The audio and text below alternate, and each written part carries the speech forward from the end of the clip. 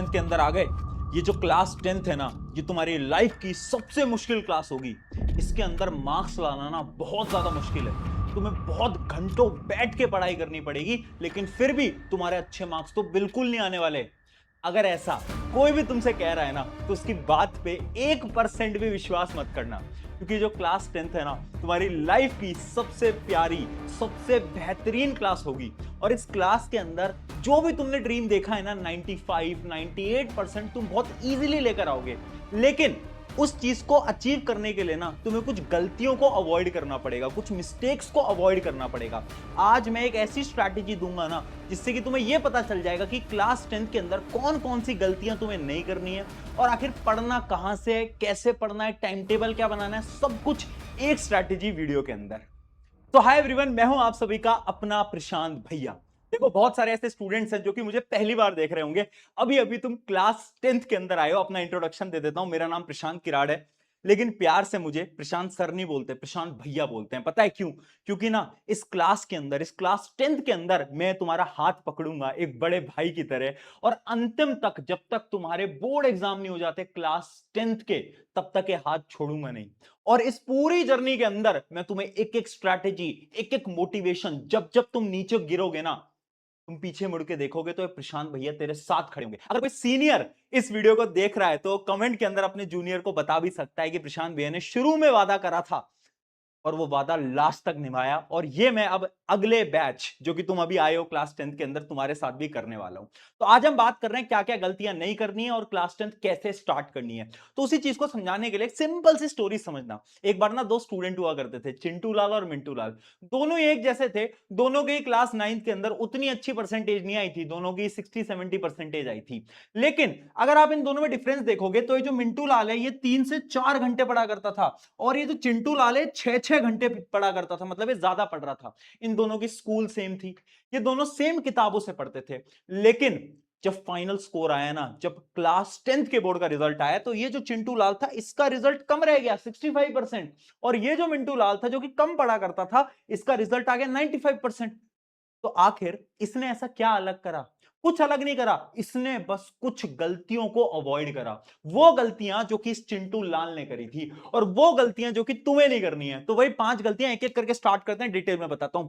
सबसे पहले mistake number 1, यहां पर लिखा हुआ है क्लास 9th का लो स्कोर। देखो, वो जो चिंटू लाल था ना, उसका माइंडसेट क्या था? उसका माइंडसेट ये था कि मैं तो कभी टॉपर ही नहीं बन पाऊंगा यार, मेरे ना क्लास 9th में अच्छे मार्क्स नहीं आए, तो मैं कभी टॉपर नहीं बन पाऊंगा, चाहे मैं कितने घंटे पढ़ लूं, कितनी मेहनत लगा लूं, बट मैं कभी टॉपर नहीं बन पाऊंगा। और यही सबसे बड़ी गलती है। जबकि वो जो मिंटू लाल था ना, उसका माइंडसेट ये था कि ठीक है, 9th में कम नंबर रह गए तो क्या हुआ, इस साल मेहनत करेंगे, शुरू से पढ़ेंगे, और मैं भी टॉपर बन के दिखाऊंगा। और यही फर्क होता है माइंडसेट का। अगर तुम क्लास 10th के अंदर आ रहे हो ना, और तुम ये सोच के आ रहे हो कि मुझसे नहीं हो पाएगा, मैं तो कभी अचीव नहीं कर पाऊंगा, नहीं कर पाऊंगी, अगर तुम ये सोच रहे हो, तो तुम कभी नहीं कर पाओगे। लेकिन अगर तुमने शुरू से यह सोच लिया ना कि ये जो क्लास है ना, ये मेरी लाइफ की सबसे बेहतरीन क्लास होगी, the class 10th will be best class of your life, this exam will be best exam of your life, अगर तुमने सोच लिया, तो तुम एक्चुअली में अचीव कर जाओगे। और इसी वजह से एक पहला कमेंट मैं आज तुम्हें इस वीडियो में लिखवाने के लिए बोल रहा हूं। कमेंट जरूर लिखना भी पॉज करके, this exam will be best exam of my life, ये लिखना। और लास्ट में, जब तुम लास्ट में खड़े होगे ना, जब तुम क्लास 10 का बोर्ड दे रहे होगे, तो तुम्हें रियलाइज होगा एक्चुअली में तुम्हारे मार्क्स बहुत बेहतरीन आ गए। तो ये पहली गलती है जो कि तुम्हें अवॉइड करनी है, माइंडसेट अपना स्ट्रांग रखना है। दूसरी मिस्टेक के बारे में बात करते हैं, जो कि है स्मार्ट स्टडी। अब बहुत सारे ऐसे बच्चे हैं ना, जो कि हार्डवर्क तो करते हैं, जैसे चिंटू लाल था, बहुत घंटे पढ़ाई करता था, लेकिन स्मार्ट स्टडी नहीं करता था, उसको स्मार्ट वर्क नहीं आता था। स्मार्ट वर्क कैसे करें? वो स्मार्ट वर्क ध्यान ध्यान से सुनते चलना, 4 पॉइंटर्स बताता हूं। सबसे पहले, कितने घंटे पढ़ना है? तो देखो, ये सवाल आप सभी के मन में आ रहा होगा, जो ज्यादा घंटे पढ़ता है क्या उसके मार्क्स ज्यादा आते हैं? ऐसा बिल्कुल नहीं है। अगर तुम शुरू से हर रोज सिर्फ 2 से 3 घंटे भी पढ़ रहे हो ना, मोर देन सफिशियंट है, इनफ है तुम्हारे लिए। लेकिन शर्त एक है कि जब तुम पढ़ रहे हो ना, तो तुम्हारा पूरा फोकस पढ़ाई पे होना चाहिए। अब बहुत ऐसे बच्चे हैं जो कि यहाँ पे 6-6 घंटे पढ़ते तो हैं, लेकिन आधा समय उनका इधर होता है, आधा फोकस इधर होता है, कभी वो इंस्टाग्राम पे रील चला रहे होते हैं, है ना? तो वो नहीं करना है। चाहे सिर्फ 1 घंटे पढ़ो, 2 घंटे पढ़ो, कोई दिक्कत नहीं है, लेकिन हर रोज पढ़ो, और ऐसे पढ़ो कि तुम्हारा पूरा फोकस तब पढ़ाई पे होना चाहिए, बाकी तुम्हारा दिमाग इधर उधर नहीं जाना चाहिए। ये पहली चीज है स्मार्ट स्टडी की। दूसरा पॉइंट, टाइम टेबल। क्या टाइम टेबल बनाना जरूरी है? हाँ जरूरी तो है, इसके लिए मैं एक अलग से वीडियो बना दूंगा अगर तुम बोलोगे तो। लेकिन अगर तुम टाइम टेबल नहीं बना रहे हो, एक स्ट्रैटेजी बताता हूं, daily target strategy. Daily target strategy क्या बोलती है? हर रोज आपको अपने टारगेट्स लिखने हैं। जैसे कि मैं रात में सोने जा रहा हूं, उससे पहले मैं कल के टारगेट्स लिख लूंगा कि मैंने एक पेपर उठाया, उसमें मैंने अपने टारगेट लिख लिए, target number 1, target number 2, target number 3, और कल मुझे वो तीनों चीजों को अचीव करना है। मैथ्स का एक चैप्टर, साइंस का एक चैप्टर, एसएसटी का एक चैप्टर। जब तक मैं वो पढ़ नहीं लेता तब तक मुझे सोना नहीं है। तो टाइम टेबल से अच्छा है तुम डेली टारगेट की एक शीट बनाना स्टार्ट कर दो। अभी से अगर प्रैक्टिस करोगे तो आगे बहुत तुम्हारा फायदा हो जाएगा। Third point, subject wise strategy. देखो यार, तुम्हें पता होना चाहिए कि कौन से सब्जेक्ट पे तुम्हें ज्यादा मेहनत लगानी है। जैसे कि अगर तुम पूछोगे अपने सीनियर से जिन्होंने इस साल क्लास 10th का बोर्ड दिया है, मैथ्स का एग्जाम टफ आया, मैथ्स का एग्जाम टफ आया, तो इस वजह से तुम्हें पता होना चाहिए कि इस साल तुम्हें सिर्फ एनसीईआरटी प्रैक्टिस नहीं करनी है, मैथ के अंदर तुम्हें और प्रैक्टिस करनी पड़ेगी, बड़ी बड़ी किताबों को सॉल्व करना पड़ेगा। ये जो सब्जेक्ट वाइज स्ट्रैटेजीज है, साइंस कैसे पढ़नी है, एसएसटी कैसे पढ़नी है, ये सब तुम्हें क्लियर होना चाहिए। और इसके लिए भी तुम्हारे प्रशांत भी तुम्हारे साथ खड़े रहेंगे, और इसमें भी मैं तुम्हारे लिए स्ट्रैटेजी वीडियोस ला दूंगा सब्जेक्ट वाइज कि कैसे पढ़ना है। नए पैटर्न के हिसाब से अगर पेपर टफ आ रहा है तो कौन कौन से रिसोर्सेज से तुम पढ़ सकते हो, सब कुछ मैं आपको बता दूंगा। बट आपको भी पता होना चाहिए कि आखिर आप सब्जेक्ट्स को कैसे स्टडी करने वाले हो। Point number 4, lack of self study. ये ना बहुत बड़ा पॉइंट है। ये ना बहुत बच्चे गलती करते हैं कि लेक्चर्स देख लेते हैं। अब तुम मेरी यूट्यूब पे वन शॉट वीडियो देखोगे, है ना, लेक्चर्स तो देख लोगे, लेकिन अगर तुम रिवाइज नहीं कर रहे हो, सेल्फ स्टडी नहीं कर रहे हो, तो कोई फायदा नहीं है किसी भी लेक्चर का। तो सेल्फ स्टडी करना बहुत इंपॉर्टेंट है। ये 4 पॉइंट है किसके? स्मार्ट स्ट्रैटेजीज के। ठीक है, फिर आते हैं थर्ड मिस्टेक की तरफ। थर्ड मिस्टेक क्या है? How to study. यानी पढ़ने का तरीका ही नहीं आता ना बहुत सारे बच्चों को। तो एक्चुअली में पढ़ने का तरीका क्या होता है, एक एक करके बताता हूं। सबसे पहले एनालाइज एंड सेट टारगेट। यानी तुम्हें पता होना चाहिए साइंस के अंदर, जैसे कि मान लो आपके 13 चैप्टर है, आपको पता होना चाहिए ठीक है 13 चैप्टर है। अब आपको पता होना चाहिए कि इन 13 चैप्टर में से आप फिजिक्स को कैसे पढ़ोगे, केमिस्ट्री को कैसे पढ़ोगे, बायोलॉजी को कैसे पढ़ोगे, और टारगेट सेट करने हैं। टारगेट क्या होता है? जैसे कि अगर मैं एक आइडियल टारगेट तुम्हें बताऊं तो अक्टूबर महीना जो है, अक्टूबर के महीने के अंत तक आपका पूरा क्लास 10th का सिलेबस कंप्लीट हो जाना चाहिए। फिर तुम आगे बैठ के रिवाइज करोगे। तो ऐसा एक टारगेट होने चाहिए तुम्हारे पास कि पहला चैप्टर मैथ्स का, पहला चैप्टर एसएसटी का, पहला चैप्टर साइंस का तुम कब तक कंप्लीट करने वाले हो, एक टारगेट बनाओ। ये टारगेट बनाना भी बहुत इंपॉर्टेंट है। ठीक है, इतनी चीज क्लियर होगी। अगली चीज, NCERT plus question bank plus notes. NCERT करोगे, एक क्वेश्चन बैंक ले सकते हो, मैं भी अपने क्वेश्चन बैंक लाऊंगा, तुम्हें बता दूंगा। और नोट्स, नोट्स खुद के बनाना।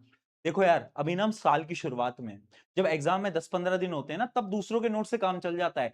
अगर तुम अभी से खुद के नोट्स नहीं बनाओगे, लास्ट में जाके पछताओगे। अभी से सुन लो मेरी बात। तो नोट्स बनाओ, खुद से बनाओ, खुद से बनाओ नोट्स। क्लास के दौरान नोट्स लिख लिख के बनाओ, राइटिंग प्रैक्टिस भी हो जाएगी। अगला, writing practice plus calculation mistake. एक तो लिख लिख के चीजें करनी है, लिख लिखने की प्रैक्टिस करनी है, स्पेशली इंग्लिश हिंदी के अंदर तो बहुत प्रैक्टिस करनी है। और कैलकुलेशन मिस्टेक, पता है कैलकुलेशन मिस्टेक तुम क्यों करते हो? क्योंकि तुमने कभी नोट करा है तुम मैथ को कैसे सॉल्व करते हो? गलत तरीके से सॉल्व करते हो।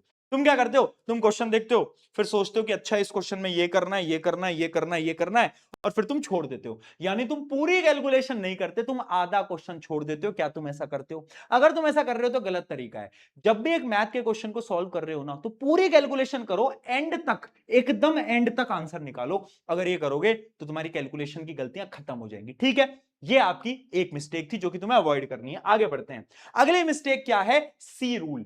सी रूल क्या है? बहुत सारे ऐसे बच्चे हैं ना जो कि पढ़ लेते हैं, मेहनत लगा लेते हैं, सब कुछ कर लेते हैं, लेकिन इस सी रूल को फॉलो नहीं करते। सी रूल का मतलब है the consistency rule. Consistency rule क्या कहता है?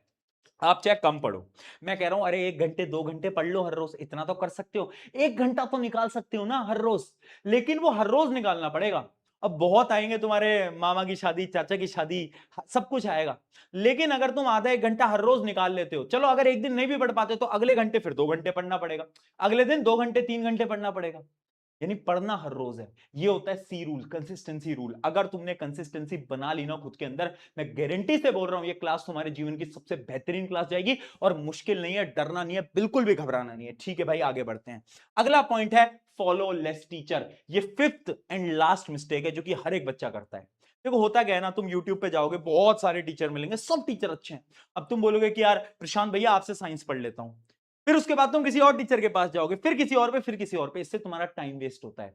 तुम अगर मुझसे साइंस पढ़ रहे हो, तुम्हें अगर मुझसे समझ आ रहा है तो मुझसे ही पढ़ लो। बट अगर बाई चांस मुझसे समझ नहीं आता तो किसी और से पढ़ लो। मैं ये नहीं बोल रहा कि हाँ नहीं नहीं मुझसे ही पढ़ना पड़ेगा, नहीं नहीं नहीं, ऐसा टीचर नहीं हूं मैं।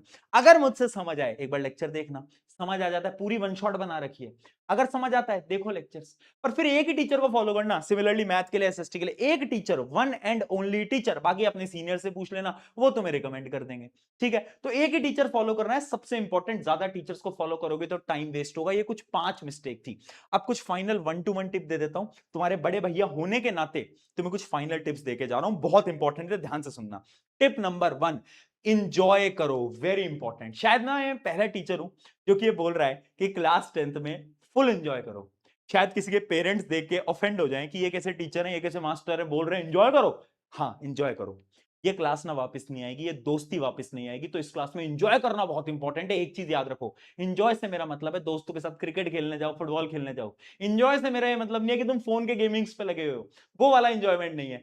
बाहर खेलने जाओ, दोस्तों के साथ टाइम स्पेंड करो, क्योंकि टाइम वापस नहीं आएगा। 11th में चीजें टफ हो जाएंगी। अगला point, Sunday revision rule. Sunday revision rule क्या होता है? देखो, आपका जो संडे होता है ना, उसमें एक आदत डाल लो कि हर संडे में तुम 1 से 2 घंटे, 1 से 2 घंटे रिवाइज करोगे। क्या करोगे? रिवाइज करोगे जो भी तुमने वीक में पढ़ा। किसी भी सब्जेक्ट को उठा लो, मान लो एसएसटी उठा लो, साइंस उठा लो, मैथ, कुछ भी उठा लो, बट संडे को एक रूल बना लो, संडे रिवीजन रूल। ये बहुत फायदेमंद होगा तुम्हारे लिए। अगली चीज, डोंट कंपेयर। यार याद रखना, इस पूरी क्लास के अंदर ना तुम्हें कंपेयर नहीं करना है कि तेरे एक दोस्त के तो 90 नंबर आ रहे हैं, एक के 80 आ रहे हैं, एक के 70 आ रहे हैं, ये मत करना। Do not compare. मुझे पता है आपके पेरेंट्स शायद कंपेयर करते होंगे, लेकिन तुम खुद को कंपेयर नहीं करोगे, ये ध्यान रखना। हमें खुद सा बेस्ट बनना है, खुद का बेटर वर्जन बनना है, हमें दूसरों से मतलब नहीं है, हमें खुद का बेटर वर्जन बनना है। देखो कि तुम्हारे जो टेस्ट में पहले नंबर आते थे 60, कि अब 65 आए, कि अब 70 आए। खुद की इंप्रूवमेंट को नोट करो, दूसरों से कोई फर्क नहीं पड़ना चाहिए। And last point, life versus YouTube. देखो यार, ये जो लाइफ है ना, ये भी यूट्यूब की तरह है। यूट्यूब तुम चलाते हो, मान लो एक वीडियो तुमने यूट्यूब पे देखी, फिर तुम्हारी जो यूट्यूब की फीड होती है उस पर सारी वीडियोस उसी प्रकार की आने लगती हैं। देखा है? ऐसे हमारा दिमाग होता है, ये एल्गोरिदम हमारे दिमाग में है। अगर हम हमारे दिमाग को पूरे टाइम उस प्रकार का कंटेंट दिखाएंगे, गेमिंग का कंटेंट दिखाएंगे, व्लॉगिंग का कंटेंट दिखाएंगे, तो हमारे दिमाग में पूरे टाइम वही चीजें चलती आएंगी। लेकिन अगर हम अपने दिमाग को थोड़ा पढ़ाई से रिलेटेड कंटेंट दिखाएंगे, अच्छा कंटेंट दिखाएंगे, तो हमारे दिमाग में वही अच्छी चीजें आएंगी।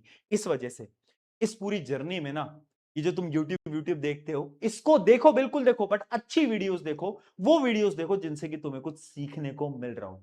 अगर तुम इन सारे पॉइंट्स को फॉलो करते हो, जो क्लास 10th है तुम्हारे लाइफ की सबसे बेहतरीन क्लास जाएगी। और याद रखना, this exam will be best exam of your life. और इस पूरी जर्नी में ये प्रशांत भैया तेरे साथ खड़े हैं, टेंशन मत ले। साइंस तो मैं पढ़ाई दूंगा, बाकी सारी चीजों के लिए तेरे प्रशांत भैया तेरे साथ खड़े हैं। टेक केयर, मिलते हैं नेक्स्ट वीडियो के अंदर।